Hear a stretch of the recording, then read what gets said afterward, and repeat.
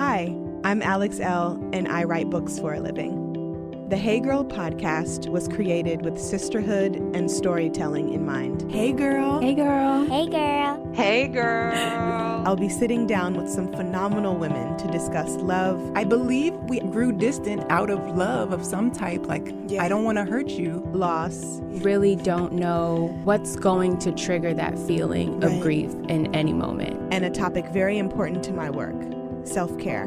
Freedom is self-care. It's not about pedicures. It's not about clothing. It's not about trips. Join us as we journey through sharing together. Today on the show, we have one of my favorite authors, food bloggers, YouTubers, chefs. Her name is Jenné Claiborne, and she is Sweet Potato Soul. She shares with us a lot of information on veganism, soulful cooking, self-care in the kitchen, and just by doing things that she loves. So without further ado, here is Sweet Potato Soul. This is Jenné's story. Hey girl. Hey girl. So nice to have you on the show, Jenné. Welcome to Hey Girl. Thank you. I'm so happy to be here. How are you feeling today? How's the beautiful weather in Los Angeles? I'm so jealous. It's beautiful. Awesome. That's awesome. Yes. So I'm really happy to have you on the podcast today. I've been wanting to chat with you for a while, and I figured that this timing would be great timing because there's a lot of transition going on in your life right now that is very exciting. But before we jump into all of that good stuff, can you introduce yourself to our listeners? Sure, yeah. So I'm Jenné Claiborne, and I run a blog called Sweet Potato Soul. I also have a YouTube channel called Sweet Potato Soul, and I have a new cookbook out called Sweet Potato Soul. But I'm a vegan chef, blogger, and now author. That's exciting. How has that walk from the blog to YouTube to author, and I don't know if that's the exact lineup, but how has that been for you, just walking through yourself and your brand and being a chef and career and all those things? How has that been? It's been great. It's been really organic, and I never really planned for things to go this way. So I originally had a private chef company in New York City, and I thought that was what I was going to do. I thought I was going to keep cooking for people, perhaps expand on my private chefing, because obviously veganism is becoming more popular, especially in New York and all the big cities. So I thought I was going to be doing that, but I always had my blog in the background, and it was always something I loved, and I did want to grow it. I just didn't really know how, and I really wasn't, putting time into growing it. So I was doing it as my hobby and just like as a little passion project, and same with the YouTube channel. So it was kind of a surprise that I've been able to, turn the blog and the YouTube channel and really Sweet Potato Soul into my career, and then, get a cookbook from that as opposed to, my private chefing company, which was, it's still all connected. It's still all vegan food, but. Right. Can we talk about being a private chef? How was that? And how did you get into that space? That was great. It was a lot of work, but I always loved working for myself, so it was good. I started that back in 2012 when I think I had been in New York for about 3 years at that time. I became vegan in 2011, and when I became vegan, I made up my mind that whatever I do in my life, it's going to have something to do with other people, helping other people also become vegan. Because all of a sudden I felt like I had so much purpose and direction, and like everything felt right to me all of a sudden, and for the first time. So I just wanted to have some sort of career where I could help other people find the same, health and fulfillment that I had found. So the first idea was, well, let me start a private chef company because I love cooking for people. I'd love to do it more often. I had been working in restaurants in New York City up until that point, but always just on the floor, not in the kitchen. But still, I love cooking. And I already had started my blog like the year prior, before I became vegan. But I didn't know, back then blogs were not like I don't know if anybody, I mean, very few people were blogging as a career back then. Right. So I didn't think, oh, I'll just make my blog into my career. That didn't even cross my mind. So I started The Private Chef as my first iteration of helping other people become vegan. And like I said, it was great. It was a lot of work. I was cooking for 3 to 5 people a week. I did meal delivery, but mostly what I did was in-home cooking. So, I go grocery shopping for my clients, go to their homes and prepare food for an entire week for them. Or occasionally I would do just private dinner parties and things like that. I was doing a lot of cooking classes back then. Eventually I started doing supper clubs in our little tiny New York apartment. I got a table that sat 8 people. Nice. A really beautiful table. I miss that table. But I started doing supper clubs and cooking classes in my apartment as well. So I really expanded it beyond that original idea of just me cooking for other people in their homes, right? Because that's so expensive. A lot of people didn't want to spend that amount of money to have a private chef. So I wanted to offer something to people who wouldn't, hire me on a week-to-week basis as well. So when did the transition from being a private chef start happening? Because you don't do that anymore, right? Right. No more. Right. It's kind of by accident. I still have my website up and I still get people emailing me and calling me about my services a few times a week, even though I don't even live in the same city. Now I'm in LA. Mm-hmm. So, but I guess, I don't know. I guess there are not that many vegan private chefs in the United States, because as soon as I updated my website to say that I was not taking clients in New York anymore and that I was relocating to LA, like within a week, I was getting people calling me from LA. Wow. I'm like, I'm not even there yet. So we need more vegan chefs for sure. Right. But in 2016, it's when the transition started. So at the beginning of that year, I got I guess you would call it a sponsorship gig is really an ambassadorship with the North Carolina Sweet Potato Commission. And, I'm Sweet Potato Soul, right. Which that's interesting. Yeah. It's perfect match, right? Yes, absolutely. So they reached out to me and they say, hey, we love what you're doing and we'd love for you to be an ambassador for the commission this year. You'll be creating some recipes for us and some blog posts and some YouTube videos. So, how much money? And so I gave them my price. I just made it up. I had never done this before. Mm-hmm. So I just made up a price. My fiance and I, he and I work together, but we weren't even working together like full time on this back then. We were just like messing around. Mm-hmm. So I gave him a price and that was my first gig. And that started in January, but it was like that opportunity totally opened up all the doors for us to start getting more sponsorship opportunities. Mm-hmm. And by spring, like late spring that year, I was just doing Sweet Potato Soul full time, just by accident. Yeah. And I was I was still taking private chef clients, but in a different capacity, not the every single week, Monday, Tuesday, Wednesday people that I had been doing before. Wow. It's amazing. It's so cool to have this conversation with you because I really admire when people's businesses grow organically and without much planning, you kind of just fall into it. But that's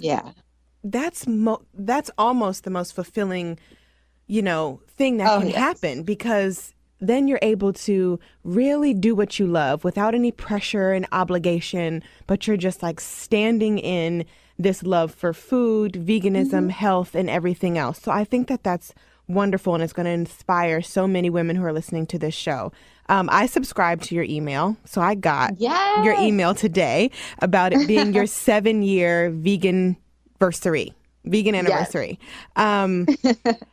Okay, so I also watch your YouTube videos. So I was I was watching a video where you and your fiance were talking, and you guys were kind of giving a rundown of how you met and the foods you were eating back then and things like that. So I know that you said that you were vegetarian for a long time and then transitioned to vegan, or you were Right. pescatarian and then, you did back and forth a little. Back and forth. When did you decide vegan is it? I'm sticking with it. I need to stick with it. This is what's working for me.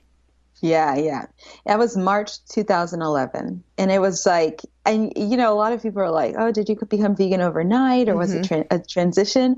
I was accidentally transitioning for like 4 years. I didn't even realize that I was doing that. I was just, I was becoming more and more interested in plant-based living and being a vegetarian. And back then, so I first became interested in all this in 2008. And back then, I mean, there were vegetarian blogs and I'm sure there were vegan blogs, but there were only a few that I was following. There was like 101 cookbooks was my personal favorite.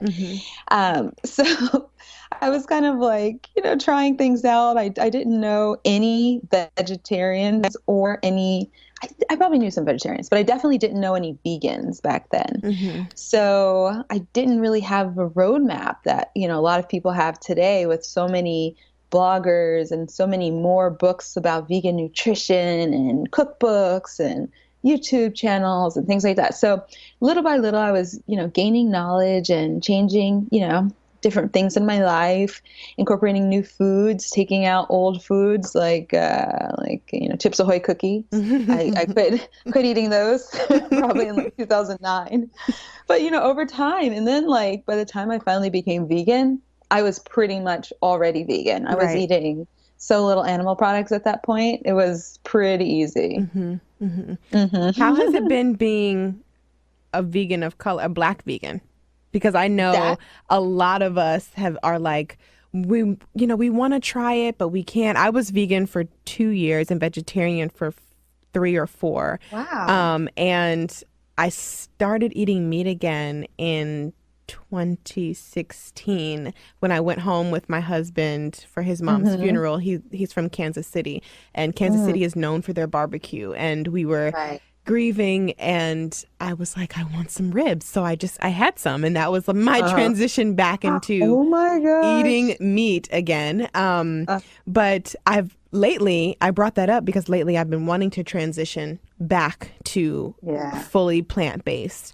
And sometimes I find it hard being, that I really love these soulful flavors, and which is why I gravitate towards you and your cooking and your teachings, because you make veganism taste good. and being a Black vegan chef, how have you found, your happy medium with cooking, flavors, and really still keeping that soul in the food? Right. Well, I definitely, I think back to the foods that I grew up eating. So, a lot of soul food that my grandmother prepares.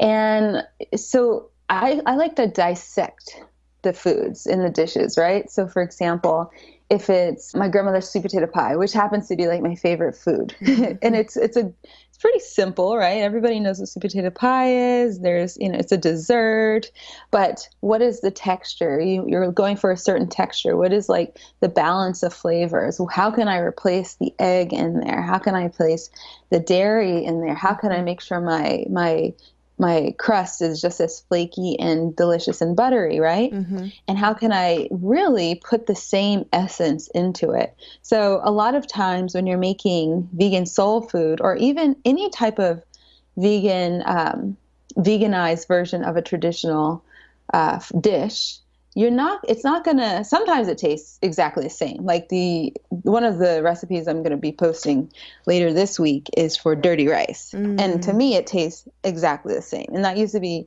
one of my favorite dishes. There's certain things that are pretty plant heavy anyway, so it's easy to just swap out the meat with a vegan meat alternative.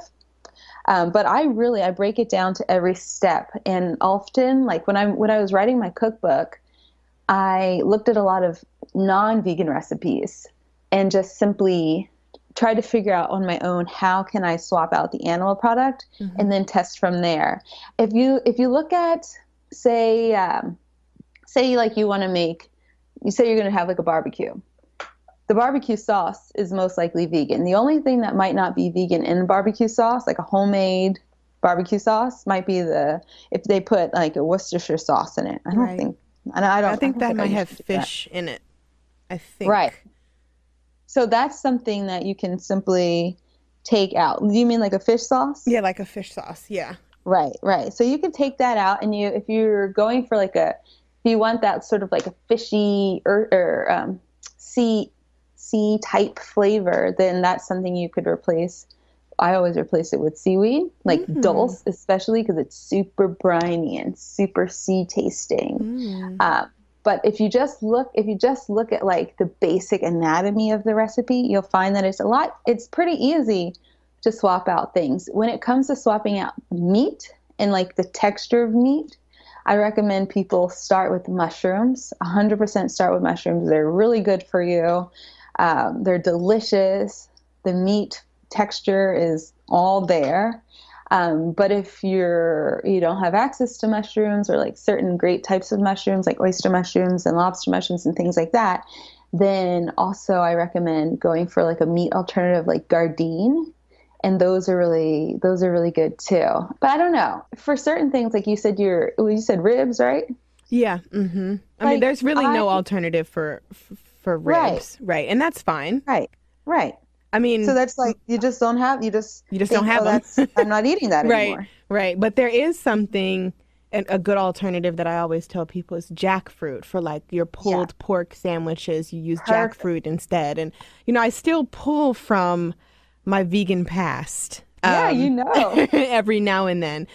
I love that. I love that we're having this conversation because I know people listening are going to be like, how can I dive into veganism in a way that is going to make me feel good and not feel like I'm lacking? And I think that's what's really cool about veganism today, is because so many people have all these different options and offerings. And one of my favorite things by you that I have not tried yet because I can't find the mushrooms, but it's the vegan chicken and waffles.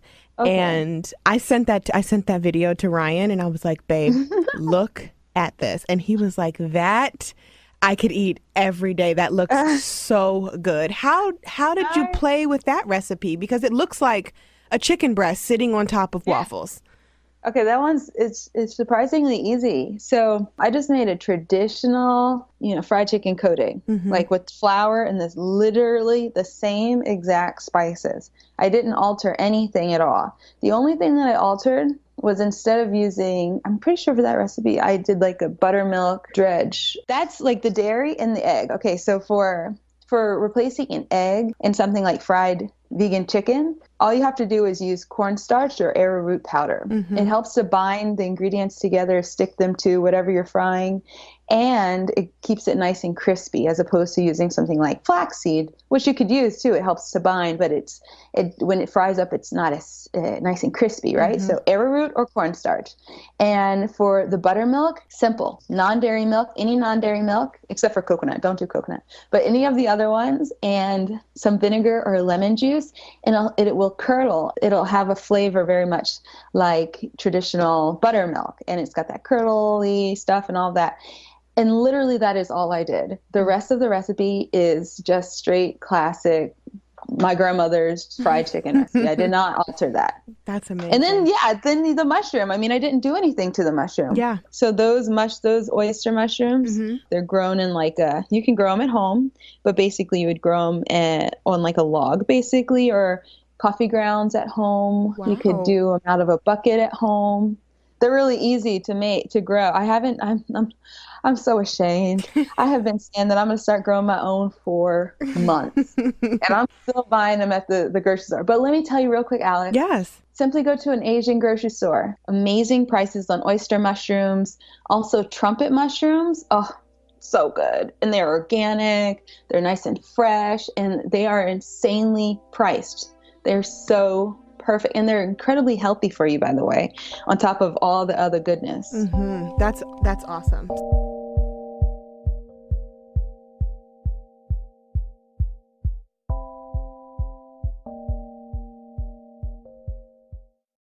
Do you wear contacts? Well, I do. And I was so excited when I heard about Simple Contacts and what they offer. Let me tell you about them. Simple Contacts is the most convenient way to renew your contact lens subscription and reorder your brand's contacts from anywhere in just minutes. So here's how it works. When you need to renew your prescription, it takes 5 minutes. All you need to do is grab your phone or your computer. Simple Contacts offers a 5-minute vision test. It's reviewed by a licensed doctor. You receive a renewed prescription and you can reorder your contacts. All you need is your current contacts, an internet connection, and 10 feet of space. So basically, you're taking your vision test right from your device. Simple Contacts is awesome because the vision test is self-guided and takes under 5 minutes. It only costs $20, and when compared with an appointment without insurance, that would cost you over $200. In addition, Simply Contacts has been rated 5 stars over 3,000 times in the App Store. And lastly, with summer right around the corner, there should be no reasons why you don't have your contacts on hand. Use Simple Contacts to update your prescription and stock up for the summer. If you're interested and you wear contacts, Simple Contacts is offering $30 off with the code HeyGirl at checkout. Go to simplecontacts.com/HeyGirl to get your $30 off. Again, that's simplecontacts.com/HeyGirl.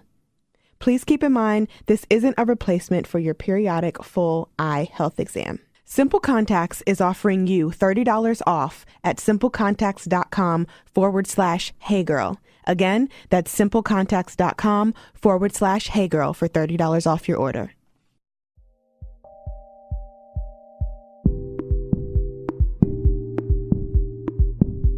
I love that we dove into food a bit, but now I want to take a step back and talk about your move from New York to LA. And you're going to be a wife soon, which is so exciting. And food as self-care for you. So let's start from the top. New York to LA. When did you decide, let's make that move, and why? We decided, I think it was early 2017, so early last year. We had been living in New York City for 8 years, about 8 years at that time when we made the decision. And we love New York. I love New York. I miss New York, but we were both kind of burnt out. You know, it's pretty hard living there, you know, dealing with the snow and the cold weather and like trying to get around, and it could just be a hassle. Also, it's so expensive. And anyway, we were feeling like, okay, we're ready to move on. We want better weather. We want a more open lifestyle where we have easier access to nature, where we can step out of our doors and be outside. In New York, we lived on the 17th floor of a high rise. So it took us like 5 minutes just to get outside. So we were looking for that. In LA, oh, by the way, we also wanted to stay in a big city. So we didn't have that many options. LA presented itself, and we had never been here together. We'd been here separately, my fiance and I, but we just said, let's try LA. If we don't like it, we'll move somewhere else. But, you know, let's give it a go for at least a year. Right. And we love it so far. We really love it. We found a great place. We live in a house, and we can walk out of the door and be outside. It's just, you know, no climbing like 5 flights or taking an elevator to the 17th floor. Right. None of that. We love it. That's so great. And it was just like, I'm ready for a change. So we're ready to step into this change. Yeah, totally. And we're definitely, we have a lot in common, but we also definitely balance each other out. So I'm the type of person where I was like, oh, I'm ready to move. I'm ready to make this happen. He's like, oh, well, maybe we should plan some more. And, you know, I'm like, no planning necessary. Let's just go. Do it. He's like, no, we'll plan. So he does all the planning. And then I'm like making all the decisions like, okay, this is how we're going to do it. This is when we're going to do it. And then we can like combine, okay, now we have it all. Like he's already planned out like where we might want to live and yada, yada, yada. And I'm like, okay, we got this. We're like, I have the date. That's awesome. I mean, balance is great. Balance is great. Yeah. And you guys work together. So let's talk about that, being partnered and working together to create your content and really being a team. How has that Yeah. been during the growth of Sweet Potato Soul? Great. I'm so grateful because there's another thing that's just organic and natural. We didn't plan this out. We started doing videos together in 2011, just as a hobby because we're both creative people. When we spend our time, we don't want to just like sit and watch TV Right. or just go out to restaurants and stuff. We want to like be doing something. Like I want to be cooking, and he's a musician, so he wants to be like making music. So the video idea was like we always spend a lot of time together. What's a fun thing we can do? Mm-hmm. So Max, I think it was his idea back then. He was like, "You want to like make a YouTube video or YouTube channel where you're cooking, and I'll film it and I'll edit it. I don't know how to do those things, but We'll try it." Right. He was using an old a camcorder back then. Oh my goodness. We did not know what we were doing, and we I swear to God, I didn't look at the subscriber numbers until 2015, 4 years after we had been, doing this. Mm-hmm. We were not consistent. We just posted whenever we had time, whenever we felt like it. We didn't really know the whole, YouTube thing. It was not a business. We didn't turn on monetization. Mm-hmm. So that's how we started. And then, like in 2016, when I started doing this full time, I needed him to, I needed him to help me be consistent with the videos, because for the most part, he's been helping me make videos since 2011. I've done some by myself, but mostly he's helped for the whole thing.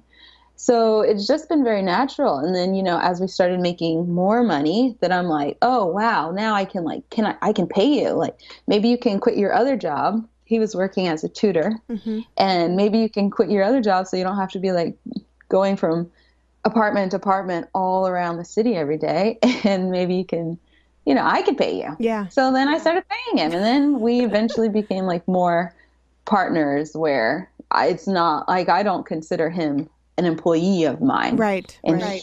We both have equal input and equal power, I would say. That's amazing. How long have you been together? We've been together for 10 years. Oh, wow. That's awesome. How excited are you to step into this next, chapter of your love together? Oh my gosh, I'm very excited.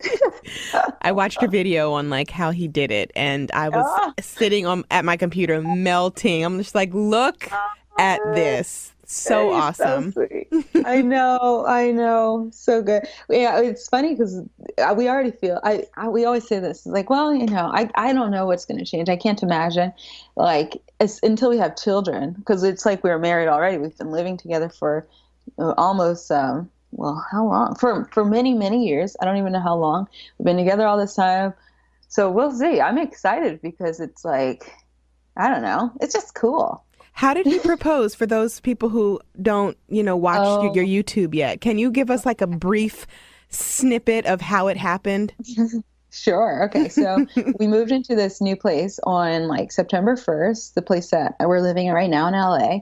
But before then, we had been staying in a Airbnb or a sublet. Mm-hmm. So I was out of town in New York City. He picked me up from the airport, and he was like, the next day or tomorrow, we need to go check out the new place. We got to meet the internet man to set up the internet. So, okay. So the next day, early in the morning, like 9 a.m., that's not that early, but early for me, 9 a.m. rolls around. He's like, okay, we got to go to the new place. And again, to see the internet man. I'm like, okay, I don't know why I got to join, but okay. So he brings me here to our place. And it was empty at that time. We hadn't moved in yet. And open the door, and there are petals, rose petals. No, not rose petals, sorry. Bougainvillea or bougainvillea, however you pronounce it, flowers. So we have them around the house, mm-hmm. the big bright pink bushes. So he had taken the petals and made them into a trail from the front door to the bedroom. Oh my goodness. So I'm like, oh, what is this? And he's like, go see. And okay. So I'm like, oh my God, he is going to ask me to marry him. Like, obviously, mm-hmm. but I'm nervous, right? So I opened the door to the bedroom. I followed the trail. And instead of like it saying, will you marry me or something, there were 3 huge bouquets of flowers and, there was a sign that says, "Welcome home." I'm like, oh, okay. So I was wrong. It was just really nice. Like very, very nice welcome home surprise. Like, Right. oh my God. Okay, Right. great. But I was disappointed, right? Mm-hmm. But I'm like, okay, whatever. But then when I walked back out of the bedroom to be like, thank you, he was like, well, I had something else for you. And then, then he goes into the spiel. I love you. I want to spend my life with you, all that stuff. And I'm like crying, bawling, crazy. And then he asked me, but I could not speak. I could not speak for probably like 10 minutes. Oh my gosh. So is that a yes? I know he was probably like, babe, what are we doing? What are we doing? Hurry up. Oh, that is so sweet and thoughtful. And the internet man was just a ploy, just to get you there. Oh my gosh, that is very sweet. So self-care and veganism, self-care and food. How does self-care play a part in food and in your daily life? Well, cooking is my number one passion. And I believe, for at least in my life, whenever I'm pursuing my passion, I can be happier and in turn healthier, right? Mm-hmm. So it's just, cooking and eating. Okay, so I want to do them both. So that's definitely just to be able to spend time every single day doing something that I love is my favorite part of self-care. Mm-hmm. Like I don't necessarily want to be like, I'm doing kickboxing and I don't like it, but I know it's good for me. Like I don't bother with any of that stuff. I just want to do stuff I like. Mm-hmm. So I cook, and I cook food that, nourishes me and energizes me, and that I feel super good about eating, but also that tastes exactly how I want it. Delicious, right? Yeah. And yeah, I mean, that's not my, to be honest, my number one form of self-care is being outside, just like walking in nature and hiking and being at the beach and just being outside. But the food part is so important. And I feel like it can be more important for all of us if we were only to be able to realize that healthy food and food that nourishes you and still feels comforting can also be delicious. Because people have this idea like, oh, I love to eat, but I love to eat is code for I love to eat food that is not good for me. Mm. But it doesn't have to be like that. I mean, if we can be more creative about food, then you'll realize that no, you can have your cake and eat it too, mm-hmm. and use that as a form of self-care. I love that. That's perfect. That is really perfect. Well, thank you so much, Jenné, for being on the show. This chat just made my whole day. I love watching you and subscribing to your newsletter and reading your blog, and it's really been a joy to have you. So before we wrap up, please share where we can find you on the internet and how people can get in touch with you to connect and create community. Okay, yes. You can find me at sweetpotatosoul.com. That's the blog where you'll find hundreds of recipes. And you'll also find, links to all my other platforms. But everywhere you look for me, I am Sweet Potato Soul. So Sweet Potato Soul on YouTube, Instagram, Facebook. My book is called Sweet Potato Soul, and you can buy that on Amazon or anywhere else that you would buy cookbooks. It's available all over. Yes, this is Sweet Potato Soul all over the place. That's me. Thank you, Jenné. We really loved having you today. Thank you. I'll chat with you soon. Bye.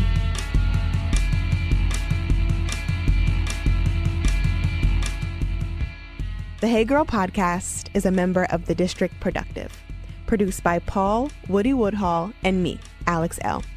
Music by DC's own Kokai.